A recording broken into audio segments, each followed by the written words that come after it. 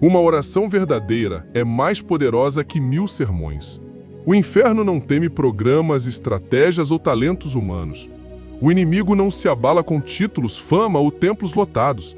Mas uma única oração que toca o céu pode incendiar cidades inteiras e transformar nações. Não são palavras bonitas que mudam o mundo, mas lágrimas derramadas diante do trono. Oração é a faísca que acende o pavio do avivamento. É a chave que abre o céu sobre um povo cansado de rotina religiosa. A tragédia de nossa geração não é a falta de pregadores, mas a ausência de intercessores. Deus pode levantar um homem simples em oração e colocá-lo como uma tocha ardente no meio de uma geração fria.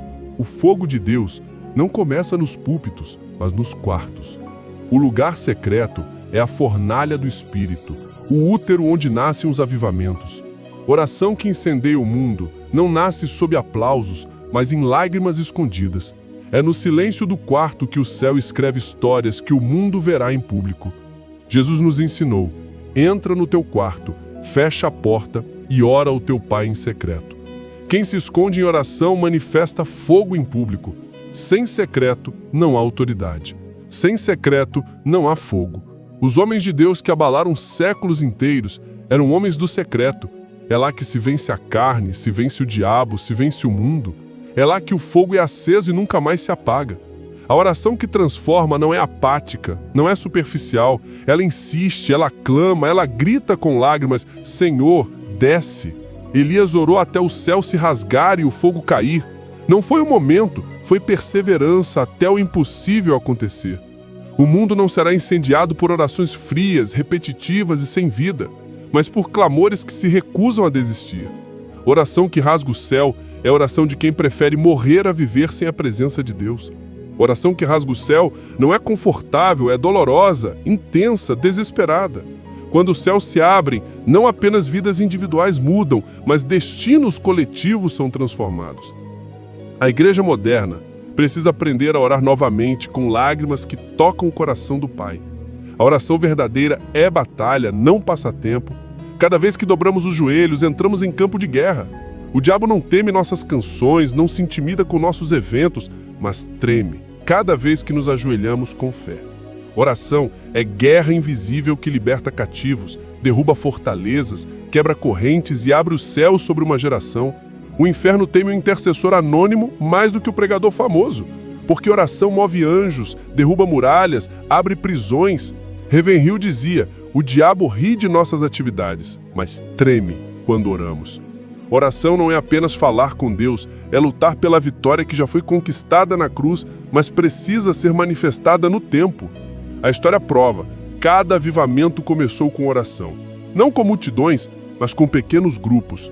Em Gales foram jovens que se reuniram em salas escondidas. Em Wesley foram intercessores incansáveis. Em Finney, os homens e mulheres que passavam noites inteiras clamando. Em Azusa, um punhado de famintos orava em um pequeno salão. O mundo mudou porque alguém decidiu orar até que o céu descesse. Quando a igreja ora, o mundo nunca mais é o mesmo. Oração não é só uma prática espiritual, é a maior arma para transformar sociedades inteiras. Uma geração que ora escreve a história do céu na terra. Quando Israel estava condenado pelo pecado, Moisés se colocou entre Deus e o povo, orando: Senhor, perdoa este povo ou risca o meu nome no livro. Esse clamor mudou o destino de uma nação inteira.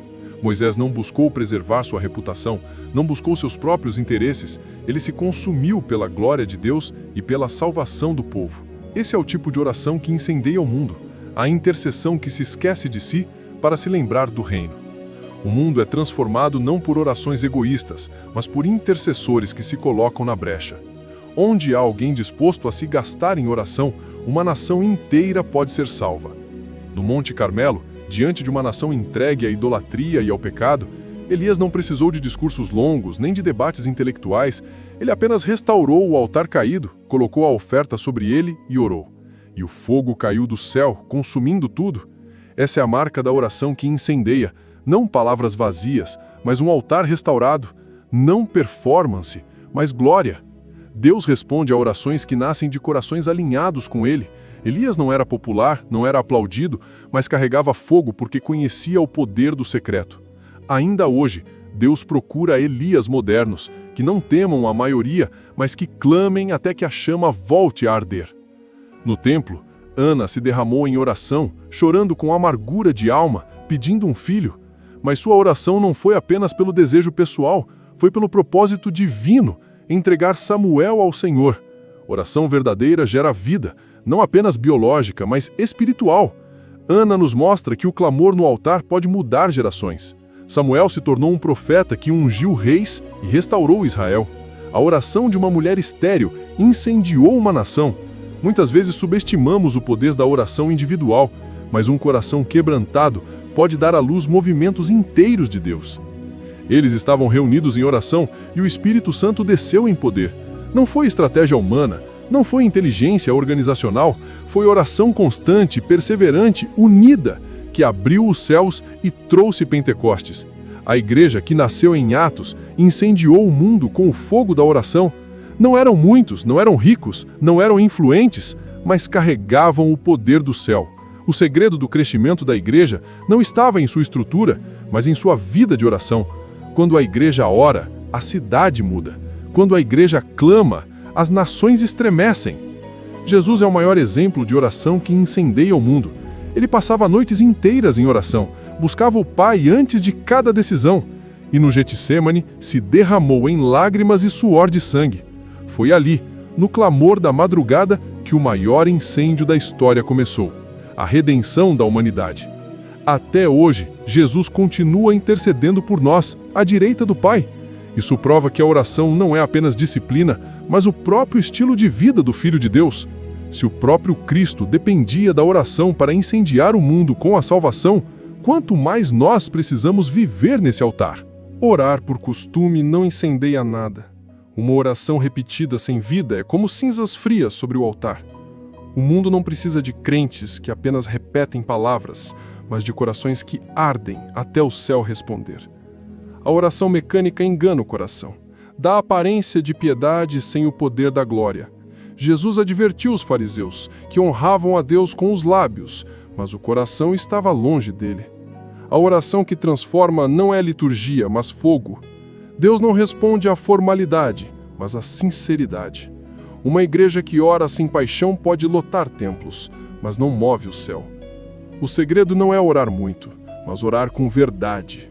Deus não resiste a corações quebrantados, a lágrimas que descem não por aparência, mas por desespero pela presença. Uma oração sincera pode mudar o destino de uma família, de uma cidade, de uma nação inteira. Samuel nasceu de uma oração. Avivamentos nasceram de orações. Nações foram salvas por causa de intercessores. A oração que toca o coração de Deus não busca aplausos, mas busca o trono. Não pede apenas bênçãos, mas pede a vontade do Pai acima de tudo. É esse clamor que atrai o fogo eterno. Vivemos numa época de frieza espiritual. Igrejas lotadas, mas corações gelados. Palcos iluminados, mas altares apagados. Oração é a única chama que pode derreter o gelo da indiferença. Se essa geração não aprender a orar, será esquecida pela eternidade, porque viverá de programas e não de presença. Mas se aprender a clamar, incendiará o mundo com fogo do céu. Uma geração em oração transforma a cultura, reverte diagnósticos e quebra cadeias espirituais. O mundo não precisa de mais entretenimento religioso. Precisa de uma igreja em chamas, que ora até o céu descer. Deus não mudou. O mesmo Deus que respondeu a Elias com fogo, que ouviu a oração de Ana, que desceu em Pentecostes, ainda responde hoje. O fogo ainda pode descer.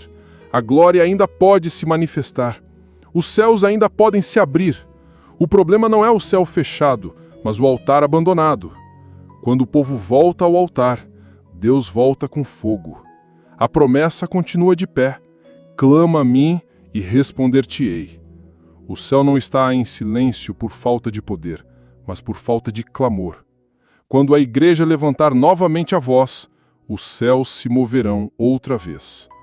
O mundo pode ser incendiado pelo clamor de poucos. Avivamentos sempre começaram com um punhado de homens e mulheres que se recusaram a viver sem a presença. Hoje, Deus procura corações que se disponham a clamar até que o fogo desça.